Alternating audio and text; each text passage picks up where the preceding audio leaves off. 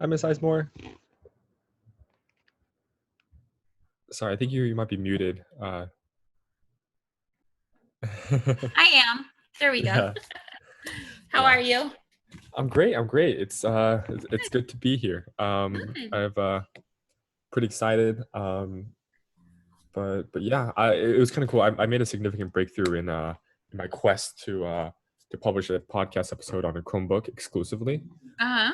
And I think I've cracked the code. I think I know from like I can do it from start to end completely on it. It's a little bit slow. Gotta Yeah. admit, it's a little what's it called? It's obviously the power of a Chromebook is not as like for instance from a MacBook standpoint. Right. Yeah. So but the important thing is doable. So Good. That's good. I realized I forgot to email you what I'm going to use with the introduction, the letter. uh I yeah. told you I would send you what I requested the kids, and I kept thinking about it and I never did it. And Mhm. so it's in an email right now. So as soon as we're done, I'm going to send it. Okay, So fantastic. by Yeah, the no time we're worries, no worries. finished, you'll have it. Okay, cool.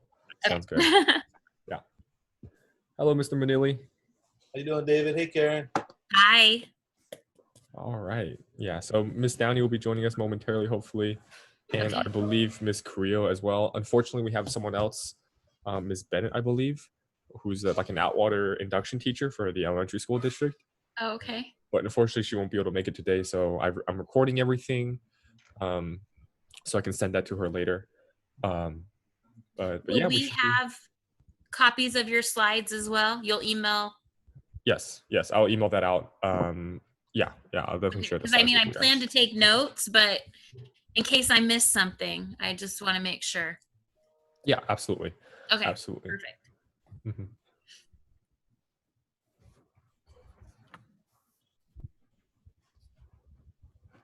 All right, just going to text Miss Carrillo, see if so I Yeah, make sure she's no worries. Take your time.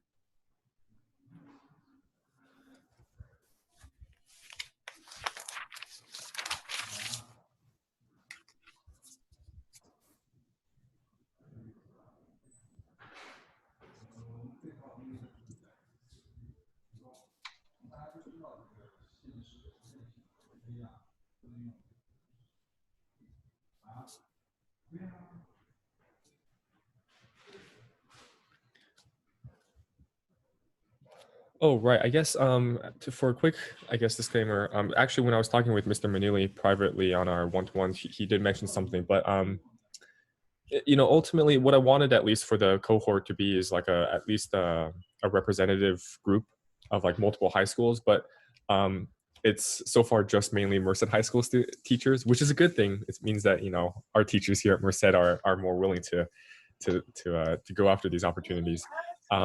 But at the end of the day, though, ultimately, I want this to be like a district-wide level of awareness. So I will be continuing. I will continue to reach out to teachers who, of course, as from Miss Carrillo's guidance, will like what she recommends as well as stuff like that. I will continue reaching out. But for you guys as well, if you have any colleagues who you think um, might be interested in this, and also who may obviously have the affinity for both the technology and the novelty of this, definitely definitely consider like having them reach out to me or having me reach out to them, so maybe they can have an opportunity. So far, every single resource has been recorded. So even like we're already technically started right in our whole 3-week journey, but that doesn't mean that anyone can't catch up and view the videos and resources. So again, I'm just trying to reach out to a wide um, I guess representation of MUHSD. So people from Golden Valley, Atwater, Buhack, LCAP, missing anything, Livingston as well. But I mean, even stuff from outside our district, I'd totally be willing to help. At the end of the day, any teacher who's interested, I'd be absolutely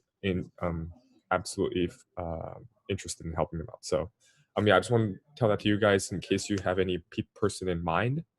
Um, yeah, just consider either giving me their contact information or having them reach out to me. But yeah, just wanted to say that first real quick. Hello, Miss Downey. All right. I guess in the meantime, I can just share the slides with you right now for just future reference.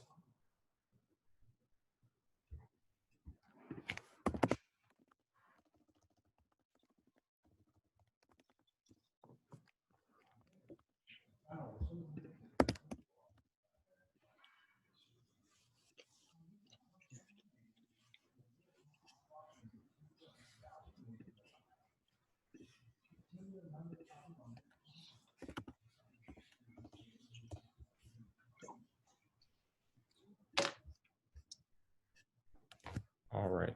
Oh, also, I was able to purchase the premium version of Zoom, so we won't be limited to 40 minutes here. So no pressure to like uh, be on the time schedule here. But roughly what I have planned is maybe 20 to half an hour worth of like me speaking, and then afterwards, however much time you guys feel is necessary to allocate. I was hoping we can maybe open the floor up and have a little group discussion. Obviously, this is not like some sort of formal setting. We're not. This is not meant to be something. It's meant to be much more collaborative and casual. Me personally, I love working in these types of conditions. I feel like it's way more conducive for ideas. Um, so yeah, just keep that in mind. That's the rough timeline. I will go over a little bit more, but right now we're just waiting for one last sign of Miss Carrillo, and we can probably get started. Yes, and I did share the slides with you guys. You can double check. I shared it with your MUHSD emails.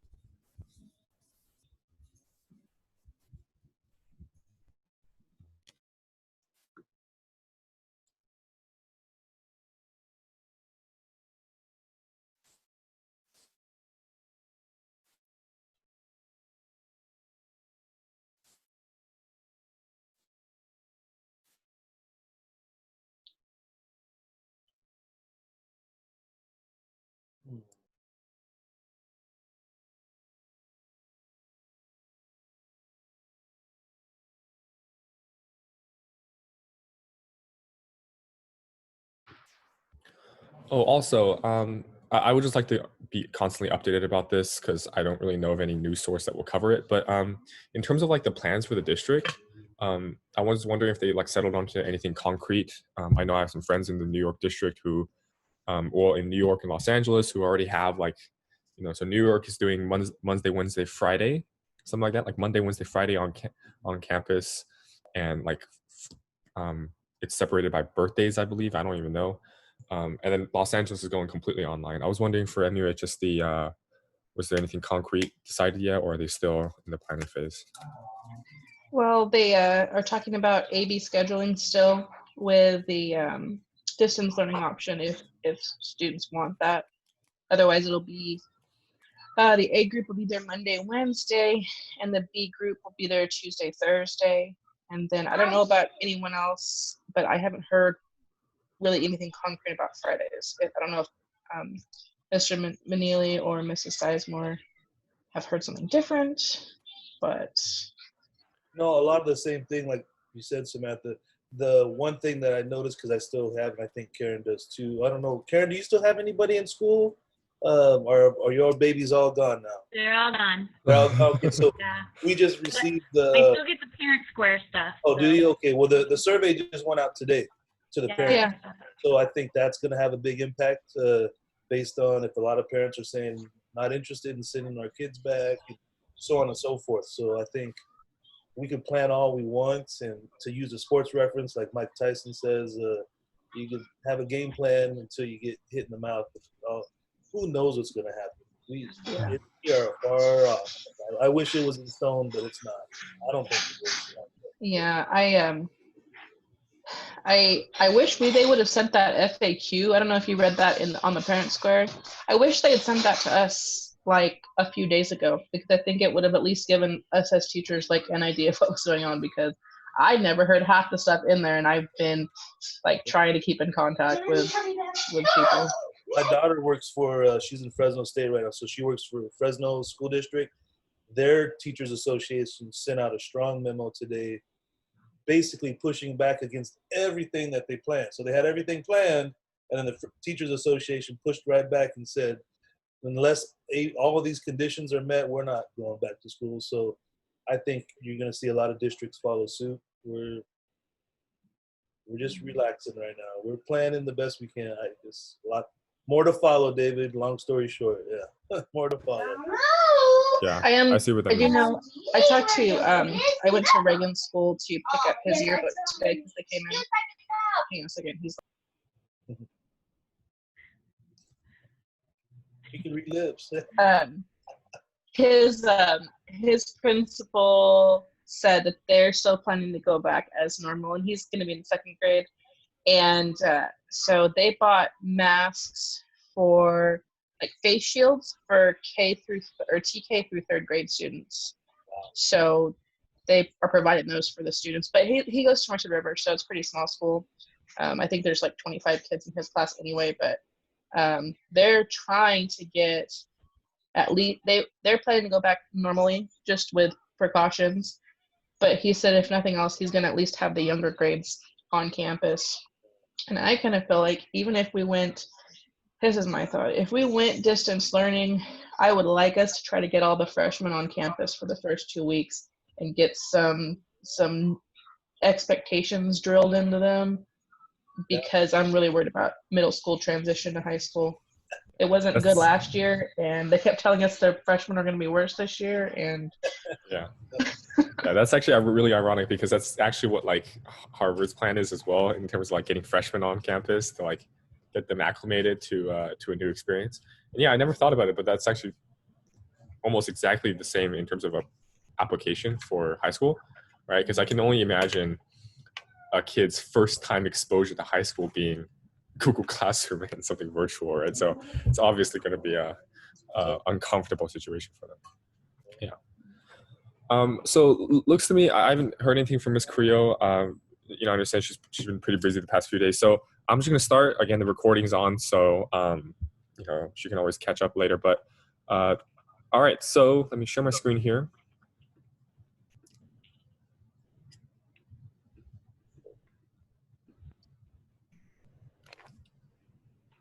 All right, so this is a podcast cohort webinar number 1, very official title, but ultimately it's meant to be a more casual, collaborative setting for me to expose what I know and what I think represents the logistics behind podcasting.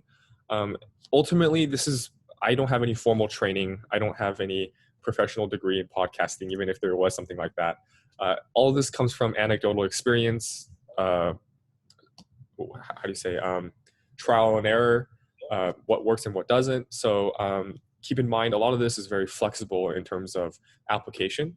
And so ultimately as well, I will be asking you guys to take what you can from this presentation and apply it to your own circumstances with your own spin, with your own personality, with your own style, right?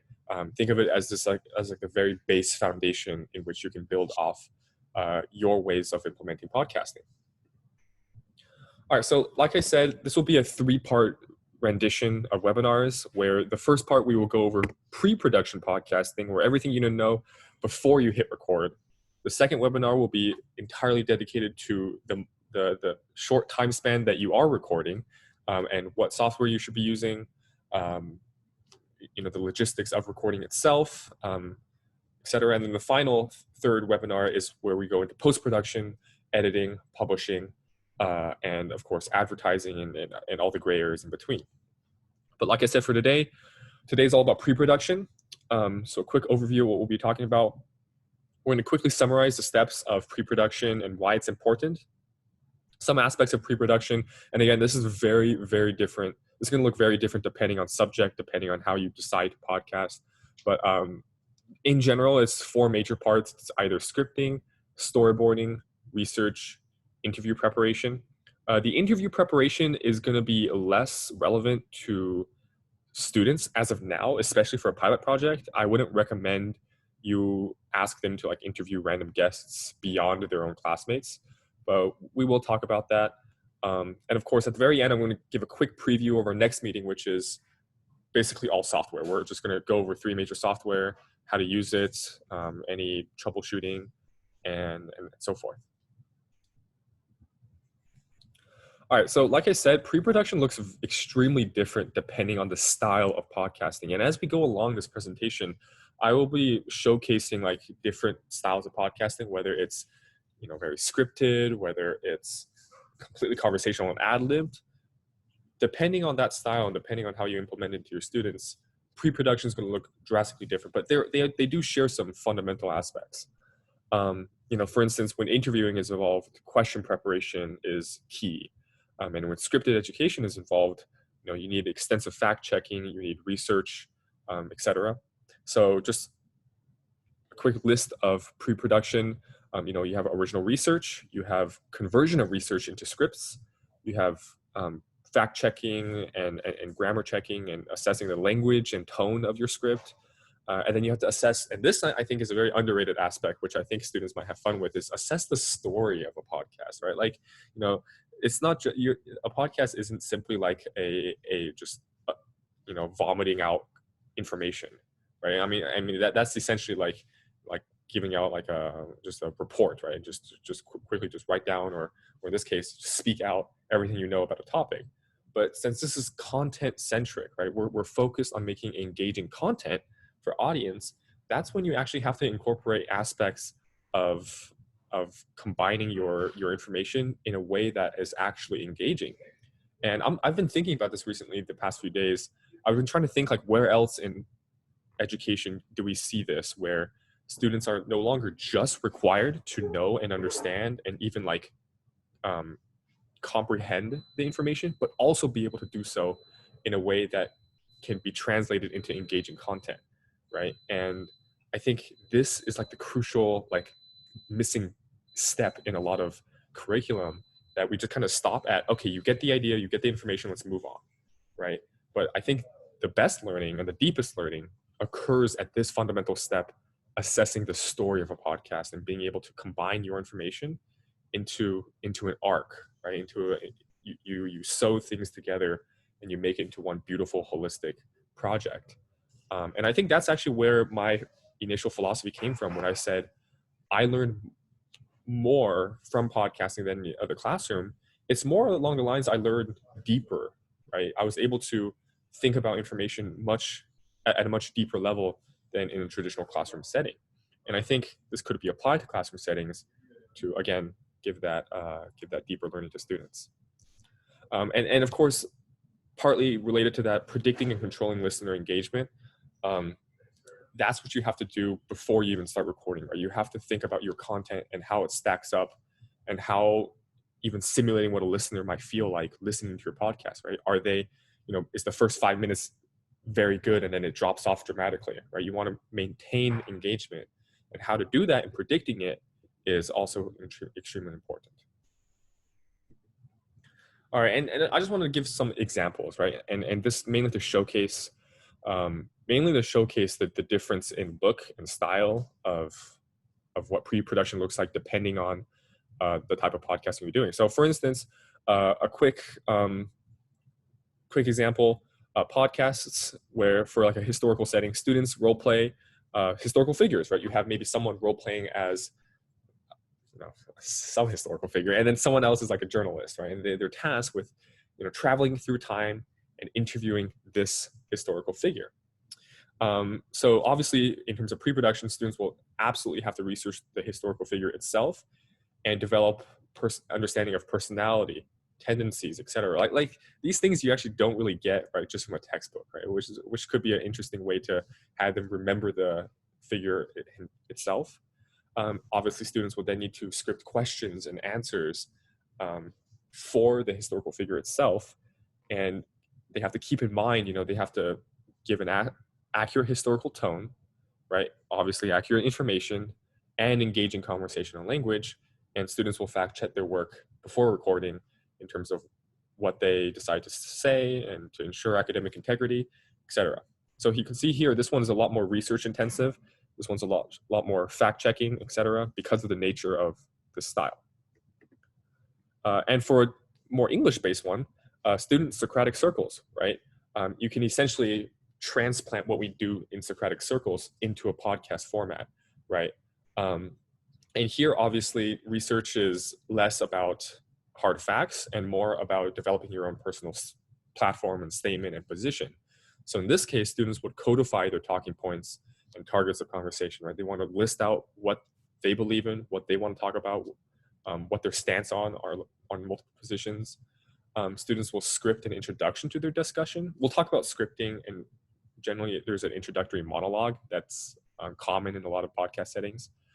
And of course, students, and this again, hypothetical, right? Students will prepare escape pod topics in case the conversation dies down, in case, everyone, generally what happens in terms of like conversations dying down is like everyone comes to a consensus, like, yeah, I agree with you.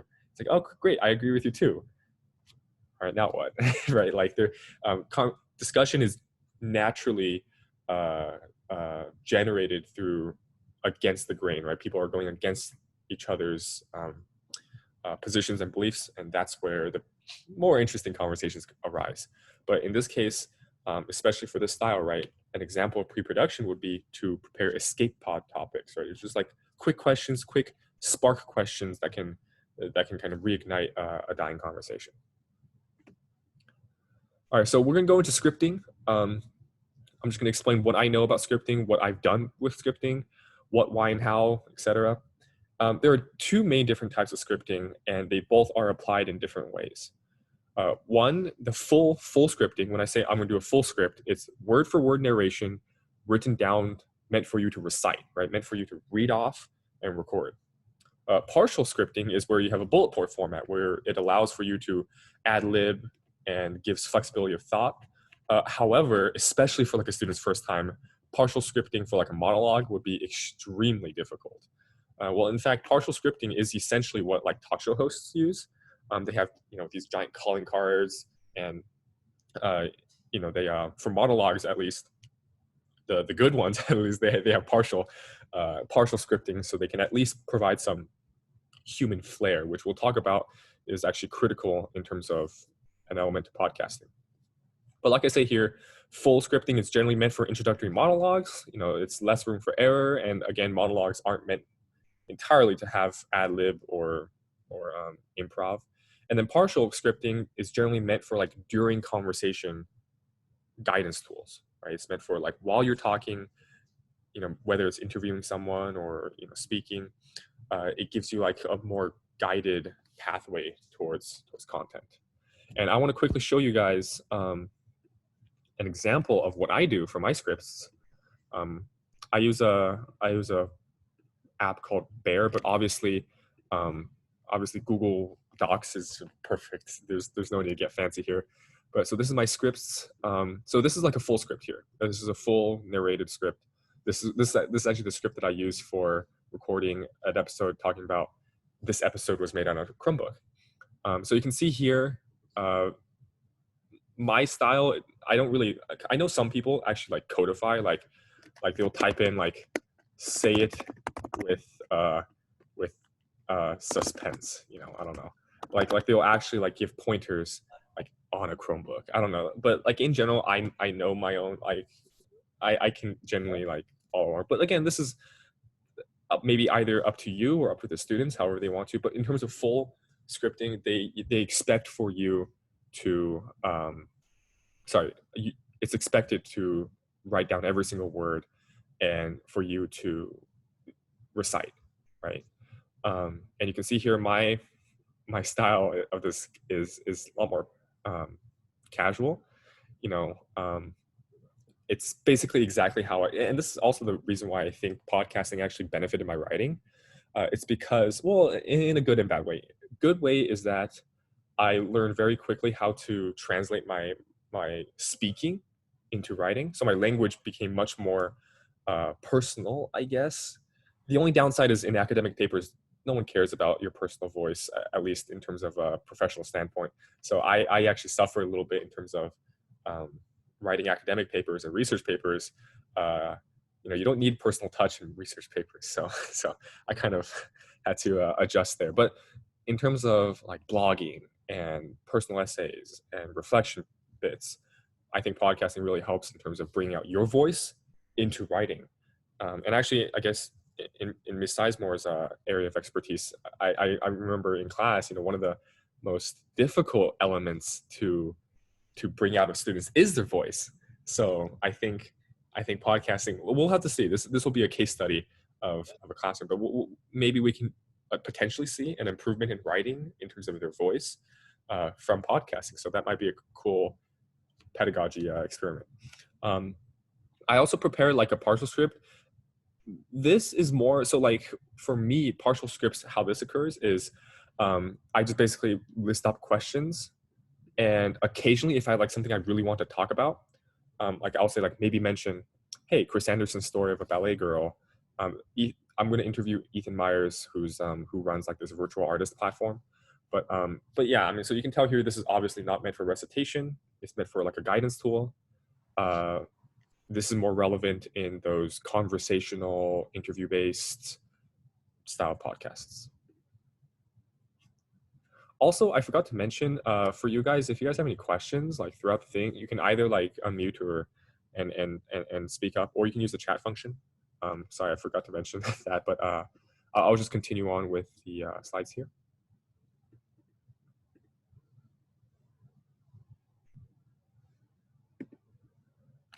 All right, so that about does it for scripting. And again, it's something that needs to like occur through practice. There's no like general consensus way of scripting besides how you see fit. The only thing I can teach is the style of style of scripting. All right, so now we're going to talk quickly about storyboarding, and this is something I recently adopted for the majority of my podcasting experience. So I started in March 2019. I adopted storyboarding probably around March of 2020. It was very recently, but I heard from I actually went to a podcast convention, and that's where I first heard about storyboarding, and it definitely helped. So what is storyboarding? Basically, it helps you. Well, it is basically an organization of topics, and you're supposed to visualize a flow of your podcast from topic 1, topic 2, topic 3, all the way till the end. And it helps capture a very elusive element of podcasting, which is direction and rhythm.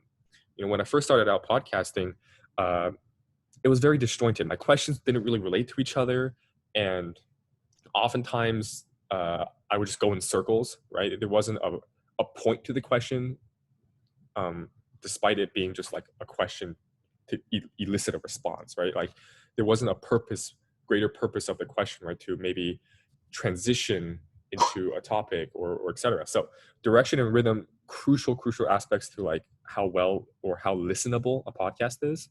And it shows. When I first started storyboarding with Cal on our David and Cal show, it just felt like easier, right? It just felt easier to talk because sometimes you would have like a voice in your head thinking like, oh, what should I talk about next, right? Like, but if you prepare that beforehand and understand that every single topic has a place to go, it becomes way less stressful to record. So storyboarding, like I said, can help you map out content in a logical, engaging manner. So then transitions become smoother, right? And it has more polished feel to it. So for instance, this is one of our storyboard graphics for one of our David and Cal shows where Cal recently shaved his head, and I got into a skincare routine. So we knew we want to talk about those two things, but like, how can we relate everything together? So we have these things called transitions and pickups, right? So at the very beginning, we want to talk about Cal being bald because that's like a big topic, very engaging. It's like a hook, right? So we talk about what motivated him to go bald, any regrets, any how do you say, revelations, having essentially no barrier between the air and your scalp. And then a transition, we wanted to eventually segue him being bald into self-image and how that affected his confidence, and of course self-care. And that's where our pickup relies in self-care. And that's where I come in talking about my skin care routine. What is David's skin? Why did I have one? Why did I pick it up? And then obviously related, I talk about another transition, which is acne and breakouts and potentially a motivator to get a skincare routine. And that's where the pickup for the next topic is, our final topic, which ultimately, again, our podcast is called We the Students. It's about high school culture, high school lifestyle. And so ultimately our message needs to be related to something about high school. And in this case, we want to talk about acne and the obsession of of acne and how, and I get it. There's a difference between severe acne skin conditions and like these tiny little small breakouts that people stress over. And we wanted to explore that, right? We wanted to explore why are people so self-conscious? Having immaculate skin is both rather unrealistic standard and a detrimental standard to someone's mental health. But you can see here, if we did not have an idea, right? If we did not board this up beforehand, oftentimes when like after we finished talking about Cal going bald and the conversation kind of dying off into something less engaging, I would just like kind of just randomly just pick up like, hey, I started the skincare routine. And yes, I get it. That could be a style to it, but ultimately it does not have that transitional feel, that smooth feel.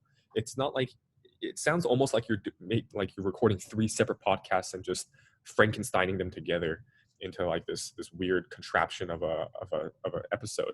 But when you adopt like this transitional style, now you're looking at a podcast from a holistic standpoint where everything is interconnected, everything's related. And so, yeah, I personally would highly recommend storyboarding. And it's also something that is used in a lot of other areas. So I'm working in real estate. I'm working with a real estate company right now. And in terms of our digital marketing strategy, we also need to storyboard, right? For our content.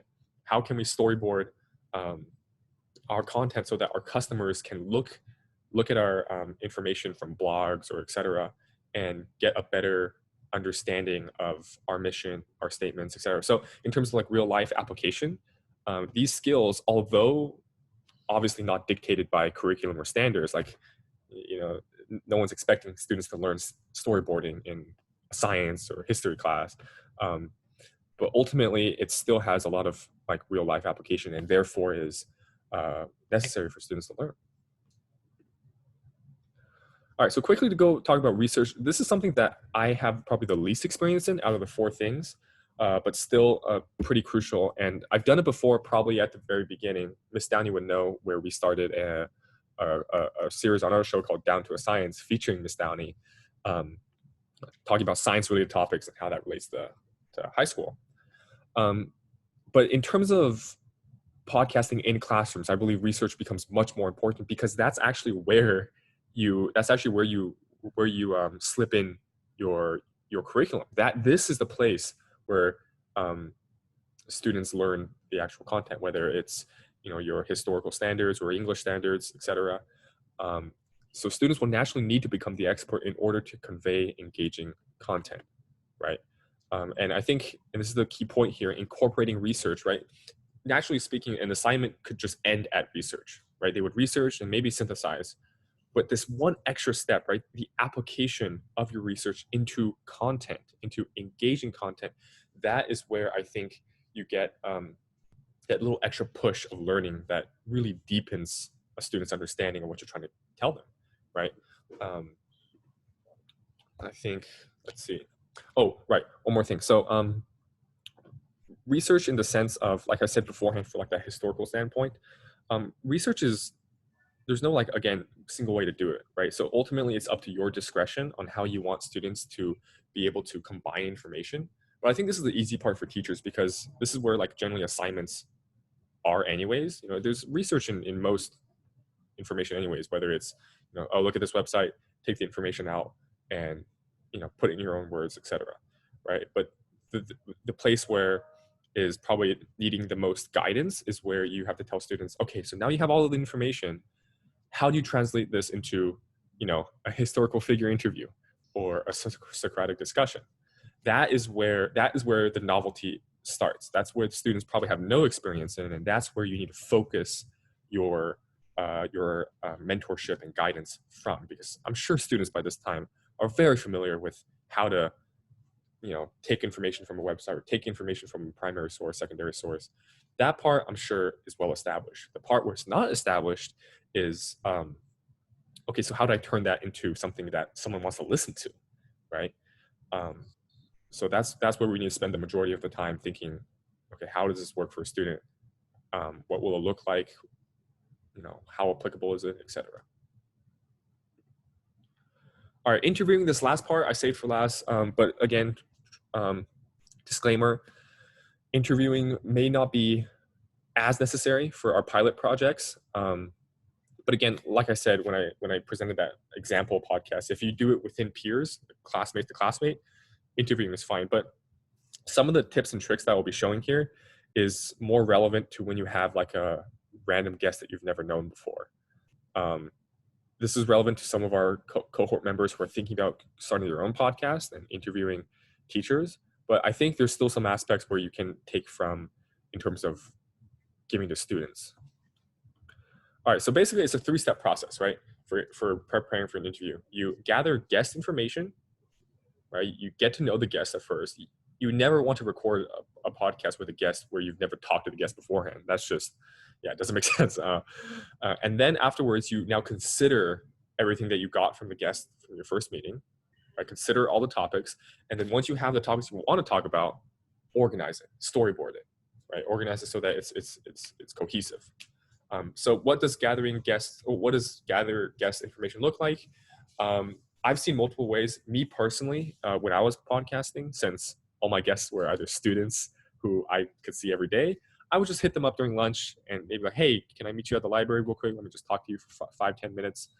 Get to know them. Well, not 5-10 minutes, probably like half a lunch. But I would meet up with them and talk to them. Right? I would just casually talk. Maybe try to pry out some of their interests, some of their passions. I would be taking notes of what they say, and you can generally tell like what topics students, or in this case guests want to talk about, right? Like if you mention something and they jump on into it, okay, you write that down. Like, yeah, that's probably something I want to talk about, right? Of course, I know of podcasts like there's one called I think EdTech Podcasts, who's stationed in Modesto. They send out like a form for guests to fill out that has their name, information, a couple topics that they want to talk about. Obviously, that is more relevant for remote podcasting, and also a little bit more streamlined. But again, the point is to now pry out topics that guests want to talk about. So when you consider relevant topics, what did the guest want to talk about when you first met up with him? Which topics align with your purpose of your podcast, right? You can't talk about irrelevant topics, even if the guests would talk hours upon hours on it, right? And which topic seems the most interesting for the audience. So you have to take into consideration like 3 main aspects, right? Something that is compatible with the guest, something that is compatible with your platform, and something that is compatible with your audience. And generally when you apply those restrictions, you end up like narrowing the field pretty quickly into like 2 or 3 that you really want to talk about. And that's where you flush those out. And of course, we already talked about storyboarding. You want to organize your topics. Generally, you want to start off and end off with the best topics. That's where you hook your audience and keep your audience, right? So what does this look like for like students, right? For like student podcasting? Obviously, this will be in the case of maybe, like we said in our previous webinar where we talked about, okay, so maybe during the second week, right, where you allow students to podcast whatever they want, maybe you could have them interview each other, right? That could be practice. And again, when I say the second week, allow them to do anything, that's up to your discretion. You can either literally just go completely free, do whatever you want. There are benefits and downsides to that. And in our individual meetings, we can talk about that. We already have. But you could also make it a little bit more restricted. I know Ms. Sizemore said potentially for second week, she could kind of reconstruct her senior letter activity into a podcast, right? Which is still open-ended, but now has a little bit more direction and focus. And same thing here, if you want to like make it slightly more directed, because I understand students may not have entire propriety to say, oh, I have an idea, I'm gonna go do it. Right? Sometimes they're how do you say, just intimidated, right? So that's one idea, right? So just have them interview. And it's a good skill, right? It's a good skill to be interviewed and interview, whether it's job skill. So I think in like future projects, if you're interested in continuing it on in your classrooms, I would recommend eventually having your students at least try an interview style podcast eventually, right? Because it's one of those things that it's just a fantastic skill to learn, right? Not only because like I get a bunch of compliments whenever I talk to people, not to toot my own horn here, but like I get compliments from people saying like, oh, it's really easy to talk to you. And that's because I just recently published my 100th episode for We the Students. So I definitely have practice in terms of being able to maintain a conversation that's both engaging and relevant to the guest, or in this case, my conversing partner. So that could be a way you can market it to your students, how like, hey, this would be a fantastic way for you to learn conversational skills, especially the students who may be shyer. I don't actually believe in like the concept of a shy student. I think it's more a student who is uncomfortable in their environment and doesn't have anything that they're willing to talk about, and that comes off as shy. But I'm sure every student, I can guarantee you this, every student, if you give them the right topic, they can completely expose themselves. I've seen it when I was interviewing, like people who were traditionally not people you would think, like in our mental health awareness series, we spoke to people who were, who've been through a lot and traditionally speaking wouldn't be willing to talk. But if you talk about the right things, like we spoke to Ezekiel about, we talked about movies, and because he was really big into movies and directors, we didn't start off with saying, why are you depressed or why do you have anxiety? That's not something that they want to talk about, right? So you open the floor up with, talking about Alfred Hitchcock and David Lynch and all that stuff, and get them wanting to talk about what they want to talk about, and you'll see that the lights shine in their eyes when they speak. And I think that's where podcasting's true value lies. And another important aspect, this is my personal favorite thing to talk about, is something that I learned especially in podcasting, and that's voice and tone. I think it's no other class, or no class in general, focuses on voice and tone, right? This maybe theater and dance and theater production. That's probably the only place, a very niche place where students learn voice and tone.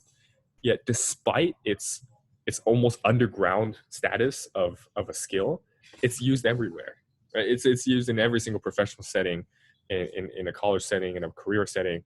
And yeah, so there's a little paradox there. It's so prevalent in society, yet we don't teach it, right? And giving a presentation up at front does not count very, very often, because I've experienced as well. It's tough. It's tough without any practice. It's tough to develop voice and tone. I think podcasting is a fantastic incubator for this type of skill. So 3 main things I wanted to quickly go over. And it's something that I will also make videos on how to develop it, how to practice it, what it's like. A human voice, right? People want to listen to a human voice. Tone and how it should reflect what you want your audience to feel, and exaggeration because of audio only formats, right? So to go back on the human voice, scripting naturally carries that risk of robotic voice, right? That's why, you can see here. Sorry, I'm gonna need to share that again. Yeah, I mean, that's also why I personally like scripting with my own voice, my own voice style, is because it's so easy to kind of fall into a robotic narration. So voice should carry weight, emotion, inflection. For me, one of those strategies I always use before we record with a guest is I always try to hype myself up. Well, actually, it's Cal and I, we hype each other up before we start recording. We normally get into the studio and we're like, man, this guest is gonna be so great. It's gonna be, oh man, I want to talk about whatever it is, whether we're talking about, oh man, I'm trying to think of a significant, oh yeah, we had one student who we interviewed from El Cap, who's somewhat of a how do you say, a SoundCloud rapper. They're really into music production, and we were kind of bouncing, and he's like, oh my god, I need to talk to him about GarageBand. How did you get started? I want to try it. I want to try making a sound, because we also listened to his playlist beforehand, and we are, because he's actually really good. He made some really nice songs. But anyways, yeah, once you get excited, that translates to emotion in your voice, and tone, right? Tone should reflect what you want your audience to feel. It's almost like a guidance, right? You want to guide your audience, and without any visual cues, without any body language, that's literally impossible unless you use your voice. That's your only media of communication in a podcast. So if oftentimes my monologue, I present a problem, right? In this case, for the Chromebook episode, I talk about the extent of disinterest and disengagement in classrooms, right? And obviously that's not a happy topic, so I won't be all giddy and excited talking about disengagement. You know, I'm going to be a little bit more of a somber, pensive tone, but then afterwards, when I present a solution, that's when I become hopeful and excited, and tone should reflect that, right? And finally, I think a really underrated aspect of podcasting is it's its limitation, right? Ultimately, podcasts still do have limitations in that it's an audio only format. You don't have facial expression, you don't have body language, so you need exaggeration to cut through. And in my podcast, I generally use my body a lot when I talk, even though no one can see me. But I read the study where, like, you know, your body, when you the more you include your body in your voice, the more it reflects out, right? So I'll be curious to, like, maybe like record myself one day, like recording a podcast, and you can see me like moving around, like leaning in and moving out. So that might be interesting to see. All right, so that about does it for what I needed to talk about here. And again, these are all just like tidbits of experience and knowledge that I developed and not developed, but like discovered or realized through my journey. And all of this can be applied in any sort of combination montage into your idea of what you want podcasting to be in your classroom. But a quick preview before we go into a more open house setting here. Next week, we will be going over, and ideally we can do the same time, Wednesday, 6 p.m. If not possible, we can discuss. But next time we will go over production logistics, which will go over these 3 major software. So we're going to take a pretty hard turn here. And from here, we didn't really get into too many like technological logistics, to tomorrow, which is basically 100%, well, not tomorrow, next week, which is essentially completely technological. We'll cover the 3 platforms we'll be using for the 3 steps of podcasting, which is Zencaster, which is where you will actually do your remote recording. Then you use Soundtrap, which is where you edit and master your audio and combine and make music and you know, make your introduction music, etc., automate it and everything. And then finally, how do you publish it? And that'll be on Anchor. That's your publishing hosting platform. So you see the holy trifecta here: Zencaster, Soundtrap, Anchor, recording, editing, publishing. So we'll go over those 3. And then from there, we'll focus mainly on how to use all 3. And for the 3rd webinar, I understand, a 3rd webinar is post-production, right? Well, isn't that just publishing and editing? We'll go more into like how to edit and how to publish. Well, next week is more like, what is this software and how to use it, right? It's just the basics. But other than that, I wanted to open up the floor, what you guys thought, if you want to revisit any slides. For now, the official recording of the webinar will be finished. So now for our live participants, at least, I wanted to take a few moments to maybe bounce some ideas back, maybe some things you want to revisit. So yeah, what do you guys think? Are we on? Can you hear me, David? Yeah, we can all mute ourselves if okay. need be, but yeah. I guess I wasn't muted. Hope I wasn't sneezing. Oh, no. I apologize. Yeah, I don't think so. That was awesome, David. I appreciate you so much. I love the voice and tone at the end. That's a not insignificant. That is big. And you said there was a niche for that. And, you know, I'm a Mr. Reed guy. I was in choir at Merced High.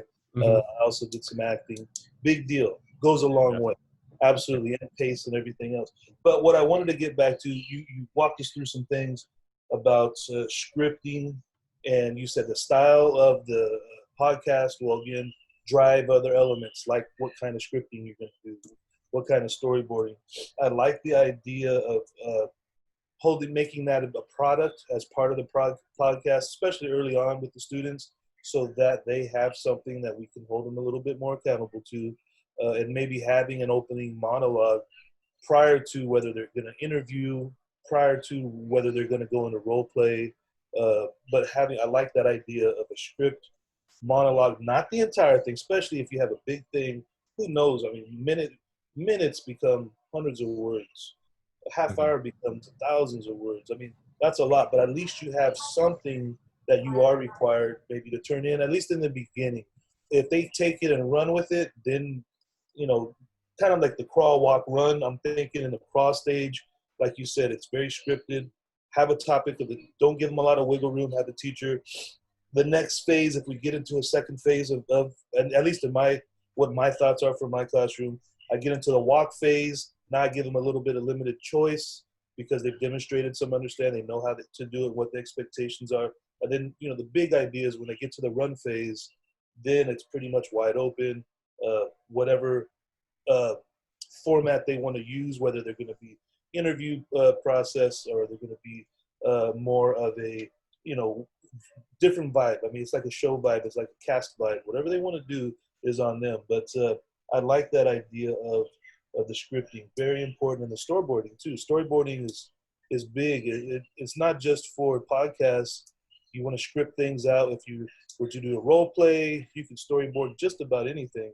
And that's another thing too, is getting them to turn in storyboard content. There's sites for that. I've had students do storyboarding before, but it wasn't for a podcast. So again, I'm just going a lot of great things. But last thing too is you talked about research and being a historian and getting them into all these different topics. It's a chance for them to dig deep and become the expert. And the thing is, when they research what's going to engage them, well, hopefully, like you said, having an accountable product, and the podcast is that product. And then when they have that product, the reflection piece, where does it go afterwards? When you reflect, there's a fact checking is a big part of prior and during, but then when you have a chance to decompress, listen to your podcast before you turn it back in, that's another chance to reflect and even fact check too, because you may get lost in the rhetoric. You get going and you have a narrative going and you say things maybe I said something that really wasn't factual. They have a chance to correct that and say, here's a footnote on that. And kind of what goes next, maybe that reflection, that self-reflection might guide them to something more exciting, to a topic of their choice. I realize I need to go down this road and look more into this. This came out of this podcast, Anyways, I could ramble on, but your other teachers have been, they're so lucky that they've had you. Now I finally get you, even though it's late, but that's why I'm working with you. I'll be quiet for now. I'll be quiet. Well, no, I kind of want to talk about some things that you mentioned. And yes, I absolutely agree. So I think and again, this is all speculative, no actual, I haven't seen podcasting done in a classroom setting yet. But that being said, I think behavior naturally changes when what the purpose of the research is for. If the research is for an assignment, I think naturally there's going to be less buy-in, right? But when the research is for, like what you said, an accountable product, that's when personal responsibility takes place.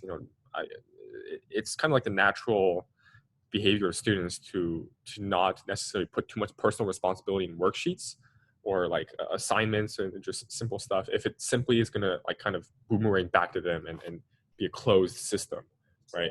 That's something that I want to eventually explore as well, like the differences between an open system classroom, like where the stuff that, like back in middle school, even high school, right, where we have open houses, right? Open houses, that's like our only instance and only occasion of an open house class, an open system classroom where content that students create is showcased to the outer public. Like that's the only situation, right? Everything else is a closed system. All the work that students do, it's mainly just it's like a loop, right, where it goes from the student to the teacher back to the student, and that's it. That's the only two parties involved in the content itself, right? So I think here, when you open the system, that's when fun stuff can happen, or interesting stuff at least. One thing also that you mentioned in terms of scripting, sorry, what was it? It was right. So you mentioned how like you wanted to go from like, was it crawling, walking, and running? Yeah. So I think in terms of that's all kind of like reevaluating like that second week protocol of giving them whatever they want to do. I think ultimately training wheels need to be applied. And I think if you give them like a template of a structure where you have a monologue and have your ad lib section, that's better than having them just go free rein totally. Because from my experience, the first time you do anything, same thing with this platform, with this program, the podcast Cohort, I've done a couple ventures at school. Like I tried starting a tutor program. I tried to do this like math competition thing, and those didn't work out. They ended up sputtering and dying. And how I've experienced this is that the first time you do something and it doesn't work out, you set a precedence for not doing it again. You shut it off. You kind of hole it back up into a corner, and it's never going to get revisited. So that's why the first time you get exposed to something, you really need to make sure that you're in it to win it, right? Otherwise, if you sputter and die, it sets a massive precedent, both mentally and, of course, around your environment, to not succeed again. So the first time a student podcasts in the classroom, as we plan, we really need to make sure that everything is accounted for and nothing can go wrong in terms of having students become overexposed or intimidated or something along those lines, where they'll shy away from it. They'll see the light and be blinded, right? I don't know if that was the best metaphor, but that's the idea. But yes, thank you. Yeah, absolutely.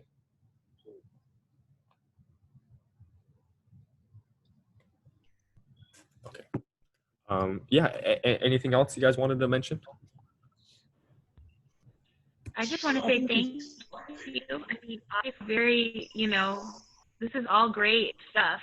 And I'm taking notes as you sent these to us. I was still writing things down. And, the thing that I really like about this is that, I think about my own class and like the things that I say to my students, and because you were there, but a lot of these are things that just go so well with my class or with English in general, I love the storyboard idea. I really like that a lot. I like the visual that you gave us. And I think it just kind of lends itself to English in a way. For me, I can see how I would use that so much.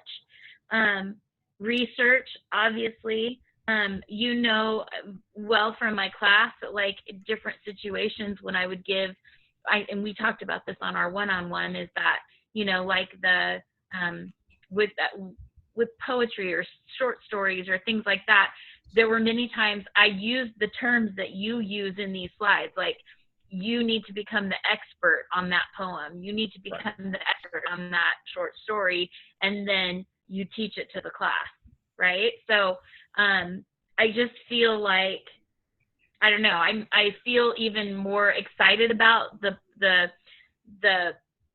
potential here, and how I can use it, especially when you were hitting those kind of like key terms for me. I'm like, yes, I can do that, and these are things I say in other lessons, and so it will just be reinforced through this activity too. So I appreciate that. So I'm just really excited about this. Yeah, definitely. As am I.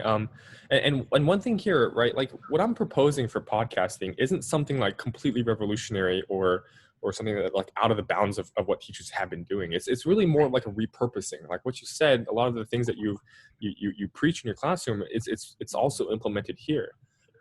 But now I think, I guess the fundamental difference is the motives, right? I've added additional motives basically for podcasting, where like what Mr. Manili said about accountable content, right? I think I'm gonna. I've been considering blogging for Alice Keeler. I don't know if you guys know her. She runs like this educational blog. Yeah.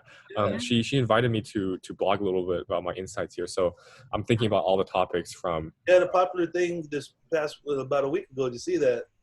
Right, where she her kid. Right? Did you see that? Yeah. Oh man, that was. My son showed me. Hey, you know Alice Keeler? I said, actually, I do know Alice Keeler. I was on her thing. Yeah.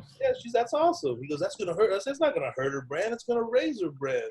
It's what teachers want to see. It's what parents want to see. Fantastic. Yeah. Sorry, Dave. Not to steal your No. You're good. Actually, that was really interesting. I saw that tweet as well. And obviously, I felt bad for her because Twitter can be a very brutal machine of hate. And I saw mainly the hate comments in that thread anyways were mainly from the looks of profiles and their language, probably more students than parents. Exactly. Or teachers.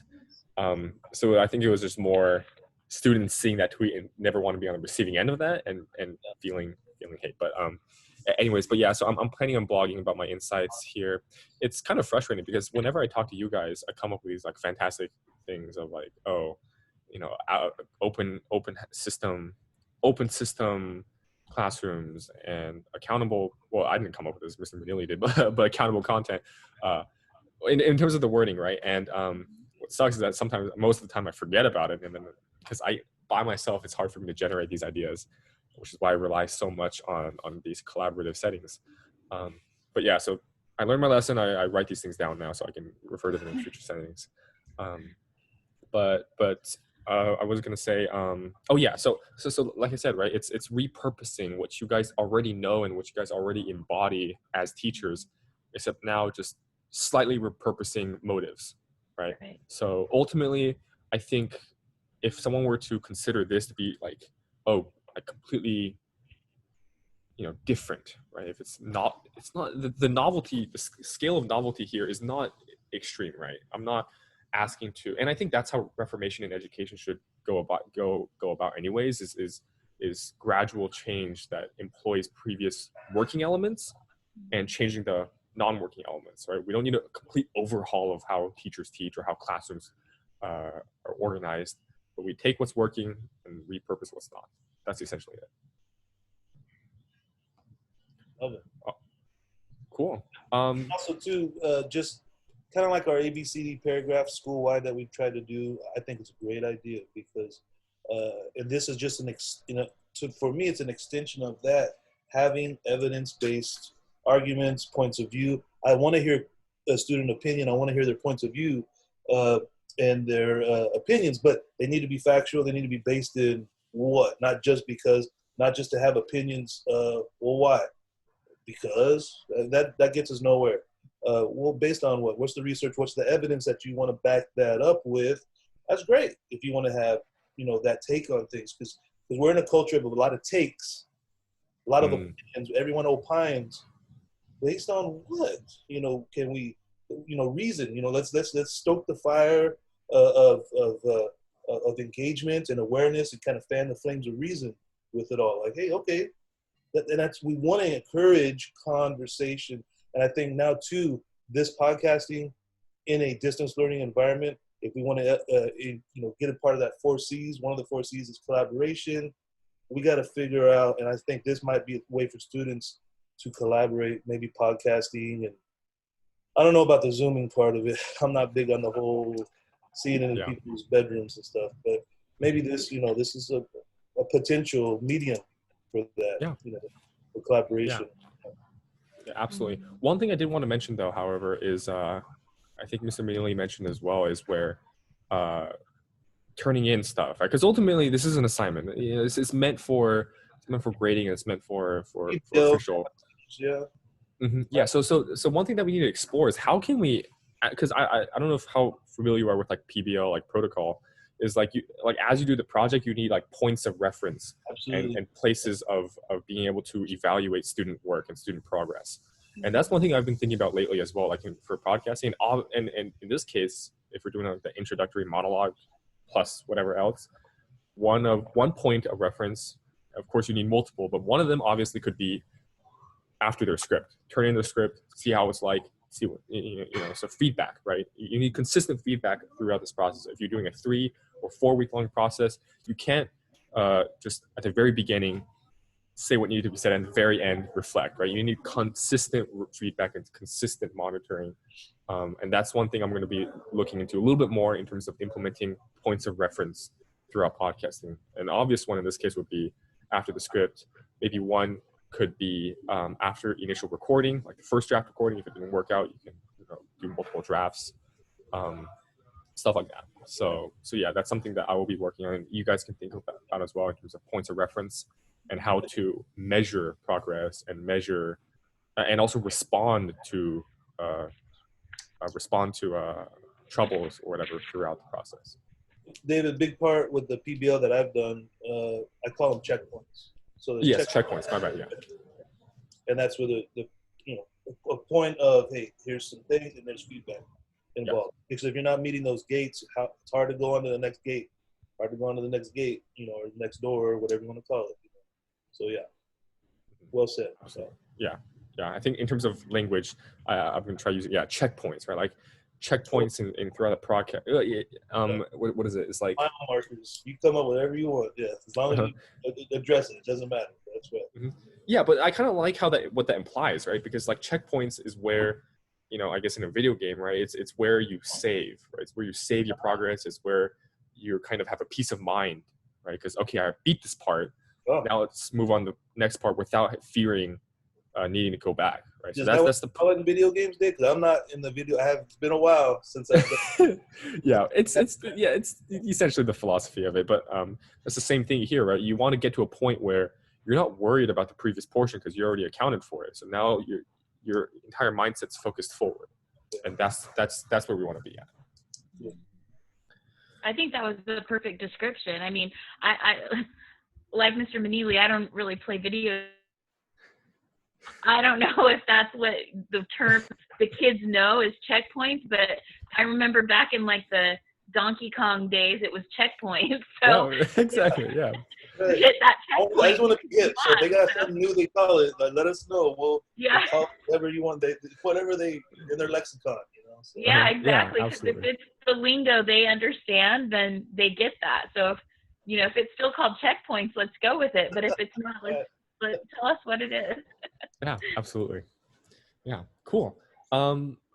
Yeah, pretty much.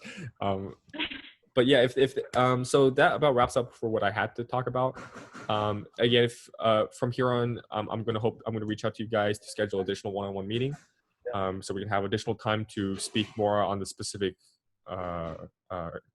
environment of your classroom and how podcasts can. And I'm also evolving as this goes on, right?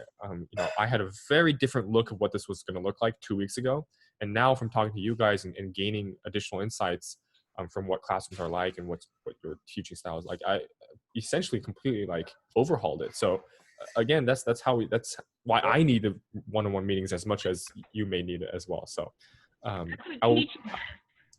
Dave, exactly. That's what we do as teachers every day. Like we do it daily in our classes. We make a plan and teach it first period, and if it doesn't quite go, we adjust and we change it. So sometimes, what we start our day with thinking we're going to do, it's different by the end of the day because we have to, move with it. So I know you just did your podcast on teaching and you kind of got a glimpse of that, but I mean, that's in-person teaching. That's really what it's like. So, yeah. Absolutely.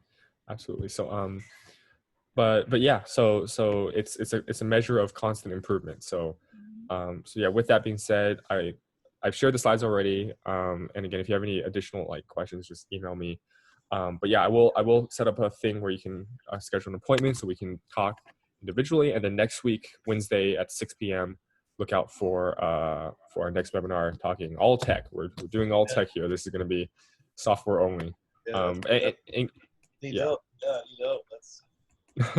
definitely. And keep in mind as well, all this is Chrome OS, so no need to download anything.